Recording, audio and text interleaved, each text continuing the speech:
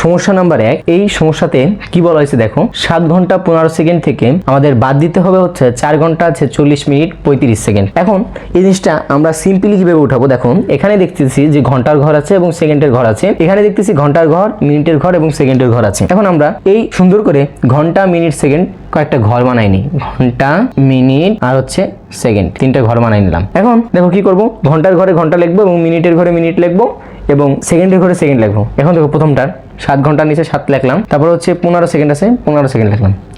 এখন এইখানে যে ঘর নাই বলে 0 0 পূরণ করলাম এবং দেখো এর হচ্ছে 4 ঘন্টা আছে, 4 লিখলাম এবং হচ্ছে 40 মিনিট লিখলাম এবং হচ্ছে 35 সেকেন্ড যেটা লিখলাম। এখন দেখো যে বিষয়টা এখানে দেখা যাচ্ছে যে নিচে এইখানে 46 বড় হয়ে গেছে 0 0 থেকে এবং এইখানে দেখো যে 35টা বড় হয়ে গেছে 15 থেকে। এখন আমাদের কিন্তু বিয়োগ করতে, আমরা যে নর্মালি বিয়োগ করি সেই বিয়োগ করলে কিন্তু এখানে আমাদের সঠিক ফলাফলটা আসবে না। এই কারণে এই ফরম্যাটটা অর্থাৎ এই যে 0 0 ফরম্যাটটা, তারপর হচ্ছে 15 যে ফরম্যাটটা, এই ফরম্যাটটাকে আমাকে চেঞ্জ করতে হবে। এখন চেঞ্জ করবো কিভাবে সেটা দেখো, যদি আমি এখানে দেখতে পাচ্ছি যে আমার 7 ঘন্টা, এখানে কিন্তু আমার প্রচুর জিনিস আছে, অর্থাৎ 7 ঘন্টা আমার কাছে অনেক, এখান থেকে কিন্তু আমি ধান নিতে পারবো। এখন এর থেকে ধান নিয়ে তারপর আমি প্রথমে দেবো কাকে, মিনিটকে, এবং মিনিট থেকে যদি এর থেকে বড় করতে হবে যেহেতু, তো এই মিনিট থেকেও ধান নিয়ে কাকে দিব, এই সেকেন্ডকে নিব। সেটা কীভাবে করি দেখো, যে 7 ঘন্টা যে বিষয়টা আছে এই থেকে আমি 1 ঘন্টা ধার নিব। কত ঘন্টা?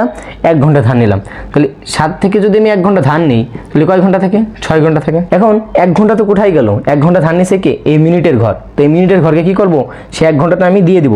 তাহলে কত থাকলো? 6 ঘন্টা 60 মিনিট। 1 ঘন্টা নিয়ে গেছি, তাহলে ওই চলে গেছে মিনিটের ঘরে 60 মিনিট। আর থাকলো কত? 15 সেকেন্ড। এখন দেখো যে বিষয়টা, যে এখন আমাদের তো এই যে 15 সেকেন্ড, এখানে কী করতে হবে, এই 35 থেকে বড় বানাতে হবে।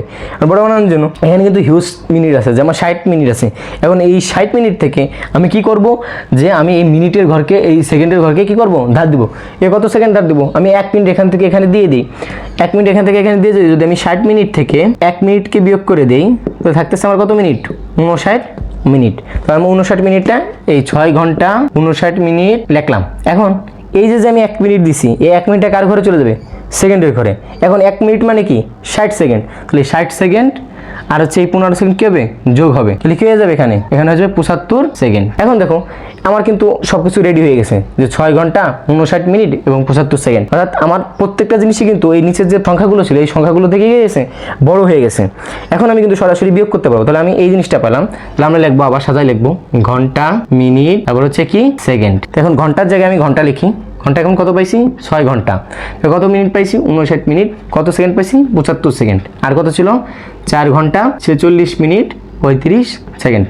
এখন আমি সরাসরি এখন বিয়োগ করতে পারবো। বিয়োগ করার জন্য 0 হয়ে গেল, 5 থেকে 5 গেল 0 এবং 7 থেকে 3 গেলে থাকে হচ্ছে 4, আর হচ্ছে 9 থেকে 6 গেলে থাকে হচ্ছে 3, আর হচ্ছে 5 থেকে 4 গেলে থেকে 1, আর হচ্ছে 6 থেকে 4 গেলে থেকে হচ্ছে 2। তাহলে কি হলো? 2 ঘন্টা 13 মিনিট 40 সেকেন্ড। তাহলে উত্তর কত হবে? 2 ঘন্টা 13 মিনিট 40 সেকেন্ড। আশা করি সুন্দর করে ম্যাথটা বুঝতে পারছো।